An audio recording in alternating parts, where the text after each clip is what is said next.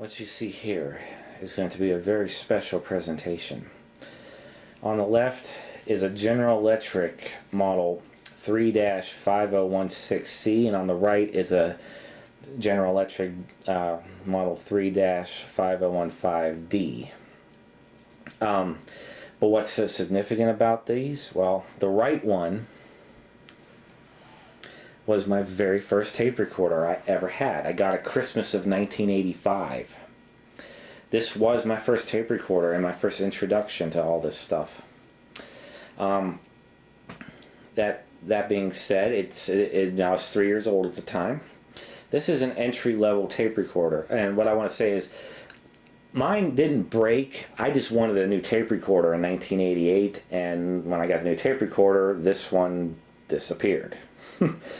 So I don't know where. I think my mom just threw it out. I don't know. But here's the history. Christmas '85, I get this. Both these tape recorders are what you would consider budget entry-level tape recorders. Cheap, in other words, but not cheap as we know it today. Cheap as in, the offerings of features and even sound fidelity. It's just a good entry-level tape recorder, but that being said, 30 years later it still works. But they both do. I'll just explain. The left one is like from 1983, I believe, and the right one is from 1984 to 85, because I got mine Christmas of 85. The left one has one big thick belt that drives both the pinch or the capstan and the idler for the reel tables, whereas the black one has a newer mechanism that has two smaller belts. The one belt that comes off the motor drives a flywheel, which drives the capstan, and off that flywheel it also drives the idler, the reel tables. While its belt was not cracked or anything, it was stretched. I tried cleaning it with rubber cleaner, but it still slipped and had problems. That aside, I calibrated the speed on both, so they're precisely for playback. I'll go into some details about these. These are both at the thrift store side by side. Because the one on the right, mine, had the sticker on it, it was like double the price. But I knew what it was and I had to get it. We bring good things to life. And to note, these are real General Electric units when it was still owned by General Electric. Didn't sell off their consumer division to Thompson. These are the real thing. These do not have power transformers inside them. You have to use a wall wart. It outputs to 6 volts DC. It has a earphone speaker jack, microphone remote, volume control, and as you see on top, very basic, no tape counter or anything else. That's just it. I'm 3 years old. These are my first tape recorders. I'm saying tape recorders. The right one was my first tape recorder. I picked them both up because they were there. There is some differences between the two, other than the most notable color.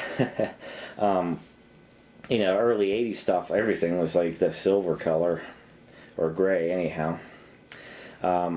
This one has an older mechanism in it, as I mentioned, but also to note how they both load. So I'll grab a cassette. This one here does not load in the door. It's the older style where you just load it like that and close the lid. Just like that. Whereas this one actually loads in the door. And internally, very few differences electronically other than that. I polished them up, both up with Novus plastic polish, so they turned out great, as you can see. The left one, though, must have had a mishap with some pop, like Coke or Pepsi, because the whole thing, like the bottom part and in here and on the buttons, was this covered in dried Coke or Pepsi. It still worked as is. It didn't really get on anything of importance, but I spent a good couple hours and I scrubbed this thing down. Obviously it's going to have DC bias because it's a basic model. We'll do a quick demonstration of this right now. On this one here, we'll do pause and hit record. And here we go. I'm going to speak up close to the microphone, so sorry about the light reflection. This is the General Electric model 3-5015D cassette recorder. This is its first record test and demonstration. Today's date is October 21st, 2014 at 1:49 a.m. This tape recorder is almost 30 years old, if not 30 years old already. And it works perfectly. Now, let's see how it sounded. Okay. And play. Speak up close to the microphone, so sorry about the light reflection. This is the General Electric model 3-5015D cassette recorder. This is its first record test and demonstration. Today's date is October 21st, 2014 at 1:49 a.m. This tape recorder is almost 30 years old, if not 30 years old already. And it works perfectly. Now, that's the only disadvantage about using a built-in microphone. It's going to pick up the motor noise. That's common to any tape recorder. So I'm going to go get a vintage 70s microphone real quick. And the significance of that microphone is when we moved in with my grandfather in 1987, I found these two microphones. They were Sound Designs. And one had a remote control on-off switch, and it belonged to my dad's stereo from the 70s. So naturally I've kept it all these years. So I'm going to go get that one now because that has significance because I plugged it into this very tape recorder. I got the little microphone hooked up. And it does have remote control. So I'm going to do a close-up talk with it right now. This is a test using an external microphone with this General Electric tape recorder.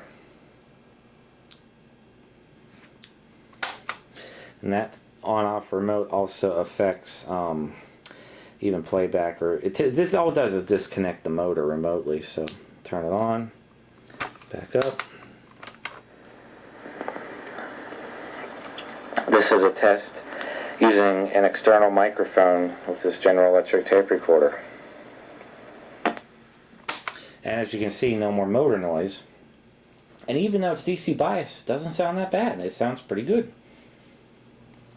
Now we're going to do a music recording of this tape recorder here. The way it works is, even though it doesn't have an auxiliary line level input, it just has a microphone, have this attenuating cable designed for such a purpose. It'll convert line level to microphone level.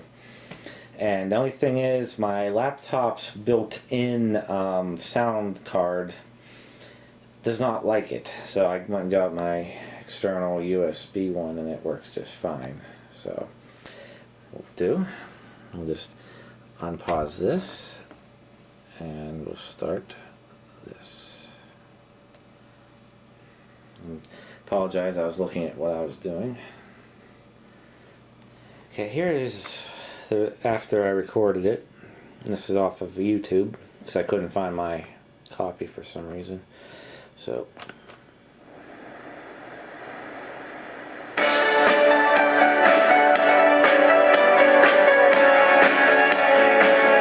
any audio noise you hear from before, that's due to the DC bias.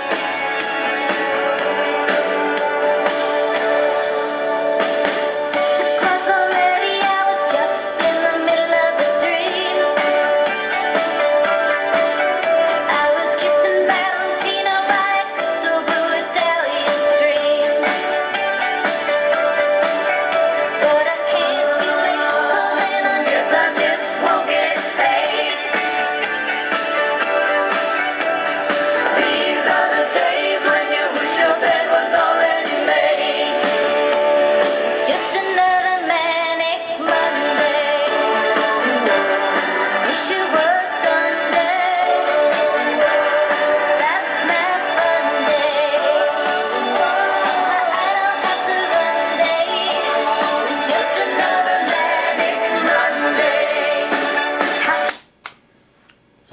perfect for what it is. And now I'll demonstrate the older model 3-5016C.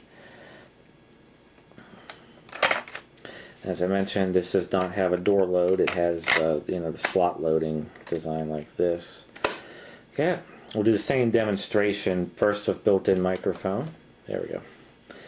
So yeah, okay, so that's one other difference on this is the record and play are not locked together.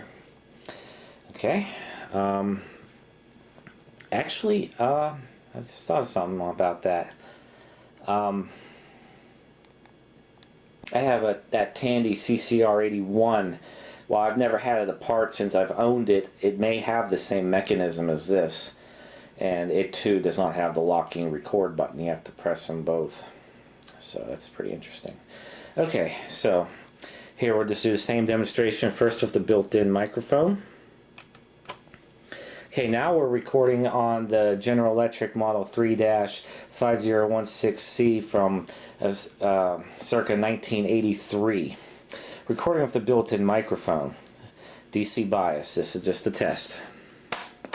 And just all in one shot, I'm going to hook up the external microphone. And this is a test using an external microphone. And we'll see how that sounds. Okay. Disconnect that.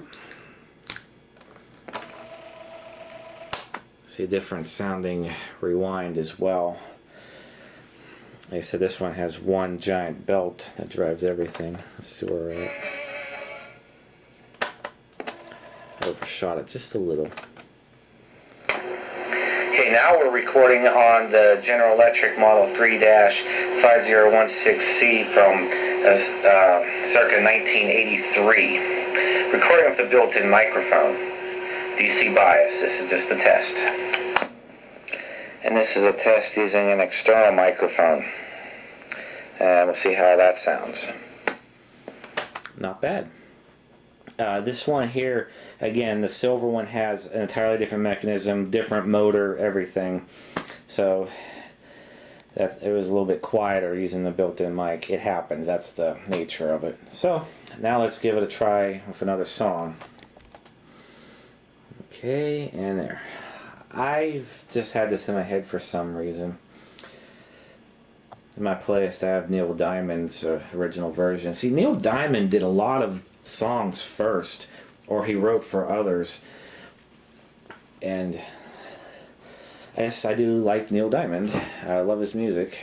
And I'm going to hear his version and UB40's version. But for some reason this is in my head right now, so I'll record it like this. And while we're recording, I went and grabbed the two belts I had to replace. As you can see, they're stretched and they're kind of shaped. They're hardened a little bit. But they're just so stretched they wouldn't even grip anymore, even after cleaning them. But like I said, the silver one, belt's perfectly fine still. And we'll see how this comes out in a minute.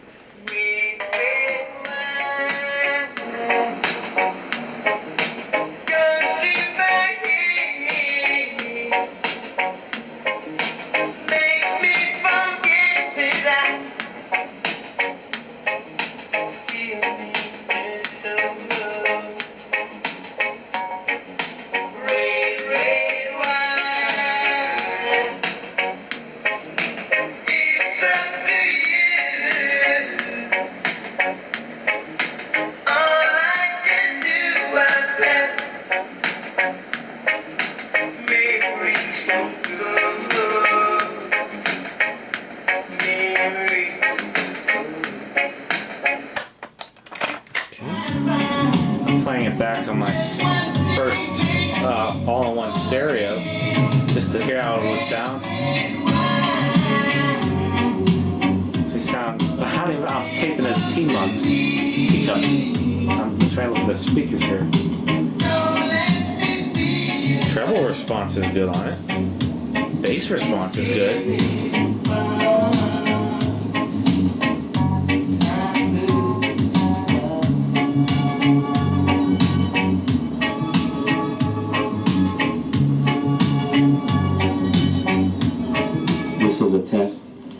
using an external microphone with this General Electric tape recorder. Okay, next we're going to try commercially recorded cassette on it.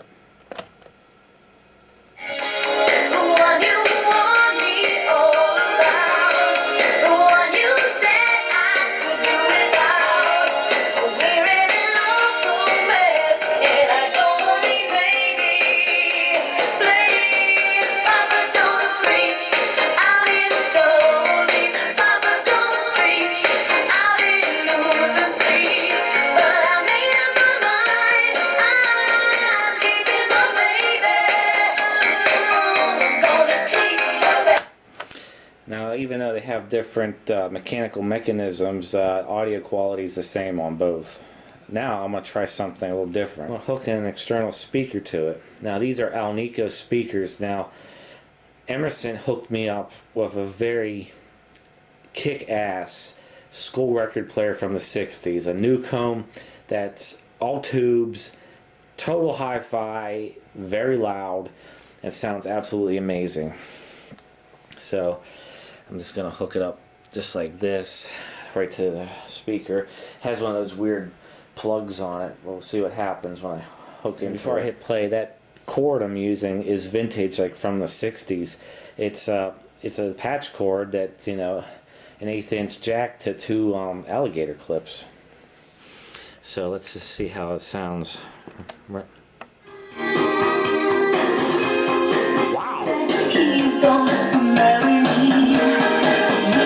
That sounds really good.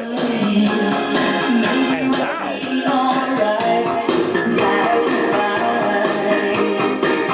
It's loud.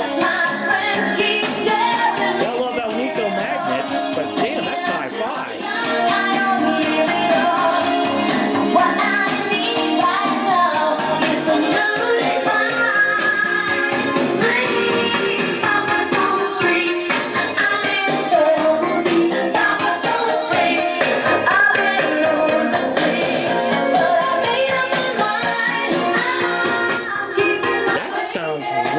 Amazing. I mean, all this time we were listening to it through its built-in speaker. That's its limitation.